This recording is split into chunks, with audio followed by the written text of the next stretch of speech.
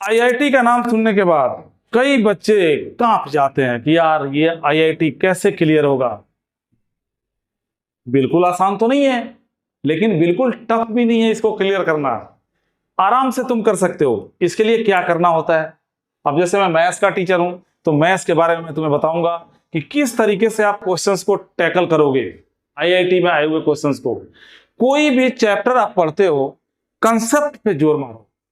ये नहीं कि ऊपर ऊपर क्वेश्चन करने आ गया बस काम खत्म हो गया, नहीं, कंसेप्ट आपका क्लियर होना चाहिए। होता क्या है, क्वेश्चन देखने के बाद जिस बच्चे के पास नॉलेज कम होता है वो क्या करते हैं, अब मान लो तुम्हें बिरनी बिरनी सुना होगा, अरे ततैया बोलते हैं दिल्ली में, बर्रे बर्रे, तुम्हें बिरनी ने काट लिया, तुम्हें गुस्सा आ गया, अब तुम बिरनी के घोंसले को उड़ाने के लिए तोप लगा दो।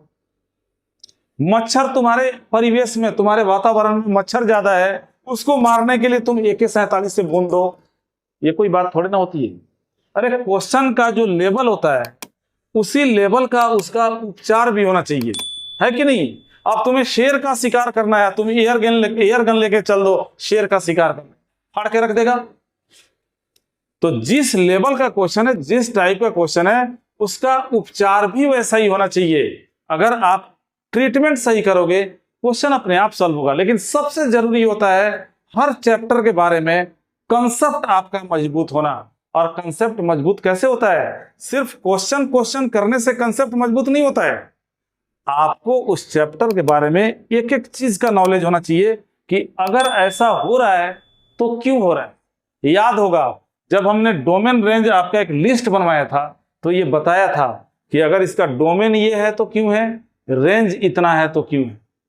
अगर इन सब चीज देखो, क्वेश्चन को देखने के बाद सही आइडिया लगा लिए तो सही समय पे आप कॉम्पिटिटिव एग्जाम के पेपर्स को पूरा कर पाओगे।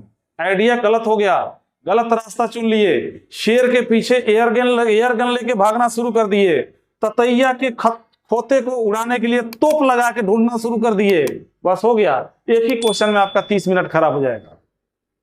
तो ट्रीटमेंट सही होना चाहिए। और ये कब आता है, कैसे आता है, प्रैक्टिस से आता है। प्रैक्टिस, ये नहीं कि एक मेरा वीडियो देख लिया हो गया आप तो शहंशाह बन गए, नहीं।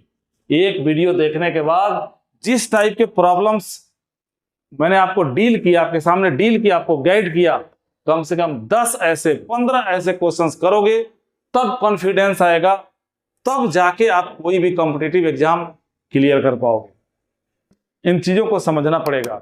चलिए आगे भी और विचार मैं देता रहूंगा आपको अपनी तरफ से, और भी अच्छे अच्छे कंसेप्ट सिखाता रहूंगा। मिलते हैं अगले एपिसोड में आपके सामने आइडेंटिटी 5 लेके इनवर्स ट्रिग्नोमेट्री फंक्शन का, बहुत जल्दी, बहुत शॉर्ट टाइम।